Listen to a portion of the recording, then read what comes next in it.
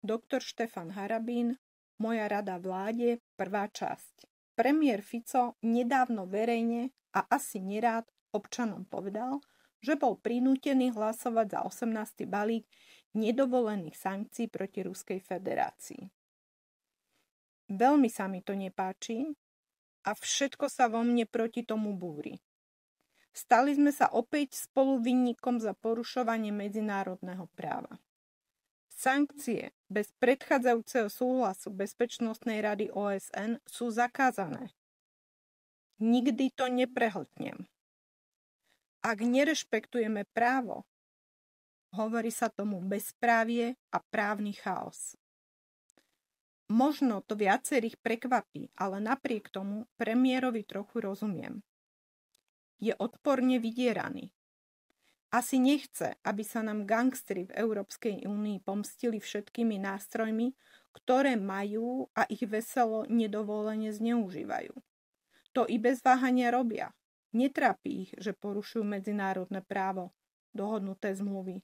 A už nehovorím, že vojnové štváctvo, propagácia a podpora fašizmu zo strany funkcionárov EÚ je trestná i podľa medzinárodného práva. Im je to jedno.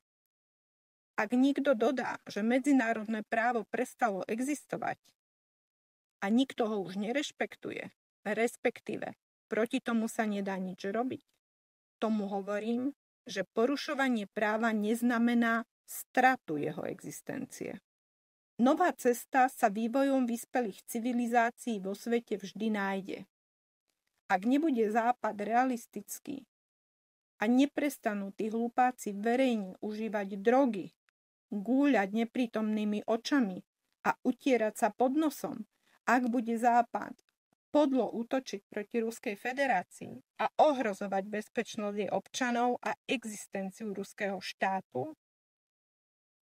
ak bude aj ignorovať veľmi otvorené a vážne upozornenia zo strany Ruska, bude pravdepodobne vojensky a ekonomicky, možno aj preventívne zničený.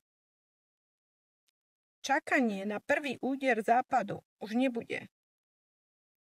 Tieto postoje a informácie sú pre každého verejne dostupné. Treba ich len čítať. Bruselskí pohlavári nás chcete učiť? Pozrite sa vy na Západe, v čom žijete. Všade špina. Na uliciach a v parkoch stany tisícov smradlavých, totálne nevzdelaných a chorých bezdomovcov, ktorých ste si nadšene, dobrovoľne a proti všetkým dohodnutým zákonom v EÚ bez nášho súhlasu navozili, pretože Európa údajne ako soľ potrebuje vysoko vzdelaných inžinierov a lekárov. Všetko lož. Teraz nás nútite za každého neprijatého ilegálneho migranta Bruselu platiť akúsi pokutu. Prečo? Kto vstúpi na naše územie, určujeme len a len my. Je to naša výlučná kompetencia. Ale Brusel bez hanby do nej vstupuje. Tomu sa hovorí diktát, bruselská diktatúra. Pritom je tam obrovská a ťažká kriminalita, zákaz slobody slova a trestanie iného ako oficiálneho názoru, ilegálna migrácia, nenávidiaca domáce obyvateľstvo, potláčanie klasickej rodiny, kresťanskej viery, pedofília, sexuálne zvrátenosti prezentované ako osobná hrdosť, či dokonca hodnota a nová povinná ideológia. Tomu mizerné treťorádé škandáliky o americkom zvrátenom Epsteinovi alebo údajných vzťahoch s Trumpom, či reálne pohlavie partnerky Obamu alebo Macrona, tlačené do hlavy obyvateľstvu všemohúcimi médiami. Koho to zaujíma, hlupáci?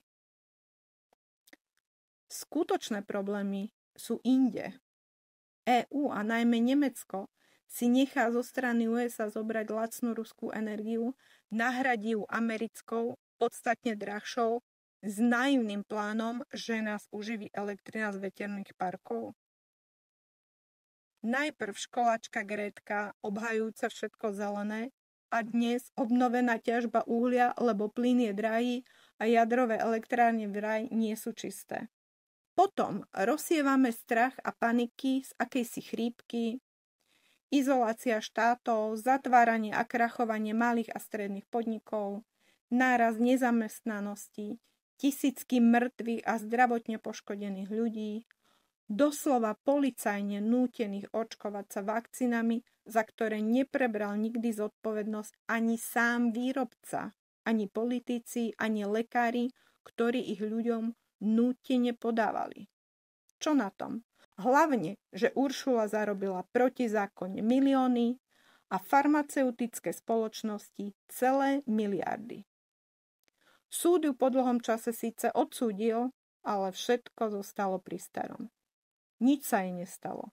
Proste peniaze a zavreté huby, skorumpované orgány únie, jeden ako druhý. Vraj vyspelý západ. S kým sa chcete porovnávať? Vy, bez vzdelania. To deti v afrických slamených školách vedia viac ako vaša priemerná populácia. Pretože oni sa učia, vy nie. Svet vás predbehol.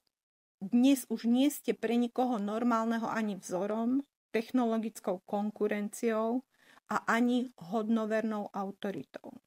Silou už nič do starých čias vašej teroristickej dominancie nad svetom nikdy nevrátite. Kľúčové slová sú vývoj a vzdelanie. Naivita a viera v zázračnú silu a jednotu EÚ, NATO a USA je výsledkom zúfalej neinformovanosti ľudí, ktorí rozhodujú na západe. Totálne fatálny sebaklam. Môžu nám normálnym vojnou uškodiť, ale to už nestihnú. Budúca vojna sa nebude odohrávať medzi armádami bežiacimi proti sebe s bodákmi. Tak len cvičte s drevenými puškami. Musíme odísť, lebo inak skončí náš národ v ohni novej svetovej vojny. Dá sa hovoriť o opaku? Určite nie. Ak sa necháme napriek hrdinským postojom donútiť k čomukoľvek, tak musíme rátať s tým, že jediným cieľom kolektívneho západu je už čoskoro otvorená spoločná vojna proti Rusku. Cesta je určená a k tomu nás tiež proti našej vôli prinútia. Padnúť za USA a ich blaho? Ďakujem. To nie je pre mňa hodnota. Nikdy, páni. To predsa nemôže byť ani program Slovenska. Koniec prvej časti.